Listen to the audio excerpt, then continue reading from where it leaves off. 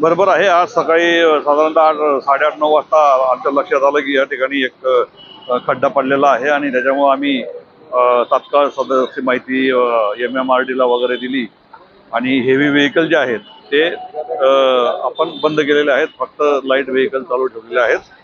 आता इंजिनियर वगैरे येऊन त्यांनी पाहणी केलेली आहे आणि आज ते आता थोड्या वेळाने काम चालू करून 24 तासानंतर ब्रिज चालू होईल एक असा अंदाज आहे. तोपर्यंत आपण लाईट व्हेकल जे आहेत ते चालू ठेवलेले आहे. मी सगळ्या नागरिकांना आवाहन करेल की त्यांनी जे जड वाहतूक आहे त्यांनी टिटवाळा मार्गे आंबिवली त्या मार्गाचा उपयोग करावा किंवा मग हे खालून जो रस्ता आहे शांतीनगर या ठिकाणाहून जावं त्यांनी.